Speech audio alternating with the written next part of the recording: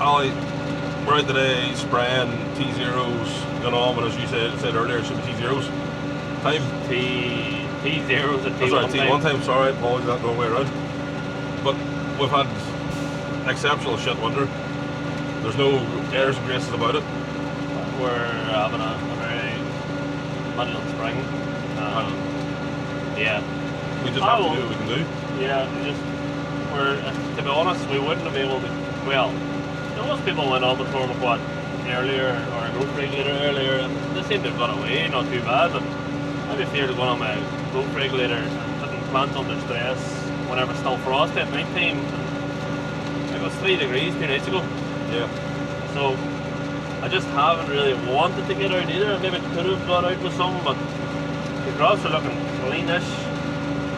So I haven't been in any panic to get out with anything. So I just got out today with a cheap fungicide, Tormaquad, and trace elements more than anything. Thank you to plant health. But then that's the thing, what they were sitting saying, everything's under so much pressure. Like as you said, 3 degrees the other night. I had spoke to the guy the other day who was milking cows at 4 o'clock in the morning. He was getting up and he says there was frost on top of the roof. Yeah. And we're in the middle of April. Silage is up on us. And we're basically just trying to catch up on stuff that should have been done a month ago. Yeah. Well, I should have been done here probably last week of March. Last week of March. If you look at the last couple of years.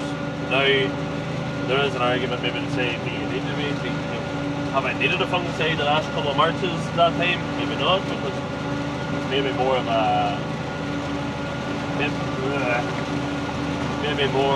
a preventative instead of an actual dirty, but yeah. And yeah, we'll see. It's not too bad. The good crops are looking good, and the poor crops aren't. So that's here. The fields are greenish, so at least we're getting something. But then this field as well, we're discussing there, is kind of like a field of thirds as well. So there's 10 acres ploughed, 10 acres grubbed, and then 10 acres direct drilled into the grass stubble. And it's not a fair comparison because I only had to plough and grub it because I couldn't direct drill the whole field. Yeah. But the bit that was direct drilled in the grass stubble was looking fantastic, really, really good, and I would definitely direct drill into the grass stubble again, no problem. Yeah. Whereas the plough stuff you can see a line. Like, don't get me wrong, the plough stuff, like we're in the middle of the plough stuff now, and it's not too bad. It's dry. It wouldn't be as thick. It's brave and dry underneath. It's definitely not as thick, but there's a crop there that you can work with. Yeah, we had a plough and we ploughed it, and you can still work with it. And I'm glad we did go ahead with it, because if we had been waiting until now, wouldn't we have been sure, it's the end of April, and we wouldn't have anything in the ground. So yeah, I'm happy. I'm happy with what it looks, considering what we've had to go through. Yeah. But like, this is wheat for the whole wheat, which is going to be actually combined. Combined. This is the first wheat, unfortunately, but this is the way it is. Yeah. I'd say this was straight into the grass stubble, got muck and all that there. Just got muck, yeah. This field was in grass for 3 years, and it was cut 15 times for silage. So probably did have an issue with compaction, and that's maybe why whenever it got wet at the back end, it just got so wet. So I'll have to through the drill. Couldn't get down with the subsoil to the depth I wanted. So where the subsoil went through on the no-till, it's looking really good, but where I couldn't get through, it's not looking that good. Yeah. So I think it proves as well that the toolbar subsoil is working as it should, and it's doing a good job. So maybe that's the only difference between my drill and Andy's drill, or how it's looking. On my drill, there's a subsoiler going between the tractor and the drill, so it looks quite good.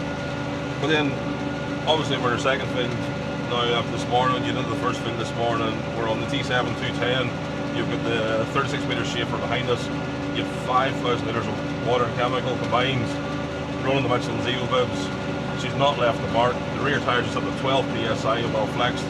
I don't know what you have the tractor set at as well, but you know, 6 in the front, 10 in the back. so 6 and 10 BSI as well. Like even down here, as you say, considering how wet it's been, she's not exactly leaving a massive footprint either. And that's actually helping you get on the ground. Yeah, oh definitely. I'm happy. I'm definitely impressed with Michelin. And it's definitely a great tire for this. I'm happy I am on 710s all year round because there's not much going to be growing on these damn blades, but then I finished with them this year. Yeah, just go on 710s all year round. But then that has been the big switch now ever since you went to the bigger sprayer. You know, you were 20 metres, as I remember, far too well on the wee Massey and the case pointers. Yep. And then as you moved along, you stepped towards the trails. Trail then worked into the 24 metre, which trains all the system again, and then now we've moved into the 36 metre. Also, when you had the 4 metre drill, it suited a lot better. Back into 4 metre drill again. But now, very much so, if you had to come in here on a skinny tyre, a road crop tyre, the compaction and the damage you do is shocking. I don't think I've been through. Like even the bit we're going through right now, it doesn't look pretty, but there's no slippage, no spinning. Oh, it's just getting through it. Well, and I don't even think you've we're not through it yet. I don't think you've the 4-wheel drive on yet, have you? Well, it is on. We're not that locked in it yet. Folks, this is a planned experiment, don't worry.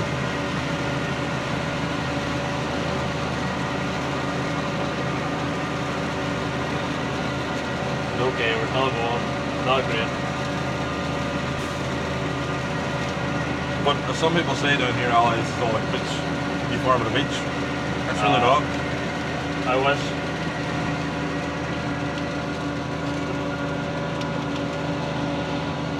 And not just here. Oh, just like that, we're back on the hard ground. Yeah, 90% of the time, it's 100% down here. Yeah. But there is issues as well. Like we do suffer from compaction, and that's probably all that is. Once you get down to that hard layer, you're flying. But I think the thing to do on there this year is subsoil that now with spring beans probably, and get the roots down and get something growing on it, and then next year this will be under barley or whatever it's going to be in. But then another good note. There's something saying we've got the sunny weather, and one thing that's probably going to take a lot of pressure off. Use all the other especially now given the demands of the working on now. The cows fine like it out. Cows are out there yesterday, the first day. They weren't that pretty happy about it, but they're right. We're going to run out of straw if they didn't go out. So, so the decision was kind of more half taken out of your hands in a way. Yeah, we just had to Google it. There's another line I'll just show you. See that line? See there's like 4 metres in the middle there, it's not looking as good. That's Andy's drill. That's Andy's drill. So we will get a photograph from there just to show us. It's just, I don't know, like his drill works well, but I just don't know what, I don't know if it is the subsoiler. I can't think, like the drills are... But do you think because it's in the power hard time spinning out of this creating like a semi-pan? See, I don't know.